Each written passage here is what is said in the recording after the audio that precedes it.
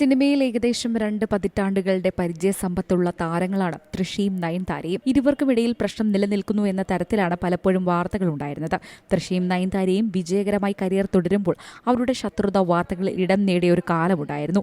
വടിവേലുവിന്റെ ഒരു പ്രശസ്ത കോമഡി രംഗത്ത് അവരുടെ പേരുകൾ തമാശയായി പരാമർശിക്കപ്പെട്ടിരുന്നു. നയൻതാര നൽകിയ ഒരു അഭിമുഖത്തിൽ ഈ ശത്രുതയെക്കുറിച്ച് തുറന്നു പറഞ്ഞിരുന്നു. പലർക്കും അത് ഇഷ്ടപ്പെടില്ല എന്ന് ഞാൻ കരുതുന്നു. അവർ എന്നെ അഹങ്കാരിയാണെന്ന് വിശേഷിപ്പിക്കുകയും ചെയ്യുന്നു. എന്റെ പോയിന്റ് വളരെ ലളിതമാണ്. സംസാരിക്കേണ്ട എന്തെങ്കിലും ഉള്ളപ്പോൾ മാത്രമേ ഞാൻ സംസാരിക്കാറുള്ളൂ. ഒരു സിനിമയുടെ റിലീസ് ഉണ്ടാകുമ്പോൾ വ്യക്തത ആവശ്യമുള്ള ഏതെങ്കിലും പ്രശ്നമുണ്ടെങ്കിൽ ഞാൻ അഭിമുഖങ്ങൾ നൽകാറുണ്ട്. അല്ലെങ്കിൽ ഒരു അഭിമുഖത്തിൽ എനിക്ക് എന്തു പുതിയ കാര്യങ്ങളെക്കുറിച്ച് സംസാരിക്കാൻ കഴിയും? നയൻതാര ചോദിക്കുന്നു.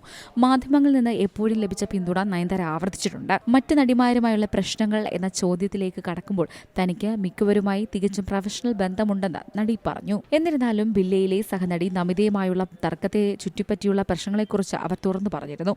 സത്യം പറഞ്ഞാൽ ആദ്യ കുറച്ച് ദിവസങ്ങളിൽ ഞങ്ങൾക്കൊരു പ്രശ്നവും ഉണ്ടായിരുന്നില്ല. ഞങ്ങൾ സാധാരണയായി സംസാരിക്കാറുണ്ടായിരുന്നു. പെട്ടെന്നൊരു നല്ല ദിവസം അവൾ എന്നോട് സംസാരിക്കുന്നത് നിർത്തി. വാസ്തവത്തിൽ ഞങ്ങൾ എല്ലാവരും ഒന്നിച്ചിരിക്കുമ്പോൾ അവരെല്ലാവരോടും ഒരു ഹൈ പറയുമായിരുന്നു. പക്ഷേ എന്നെ ഒഴിവാക്കും. വഴക്കോ തർക്കമോ ഒന്നും ഉണ്ടായിട്ടില്ല. പക്ഷേ അത് പെട്ടെന്ന് സംഭവിക്കുമ്പോൾ എനിക്കും അത് മോശമായി അനുഭവപ്പെട്ടു.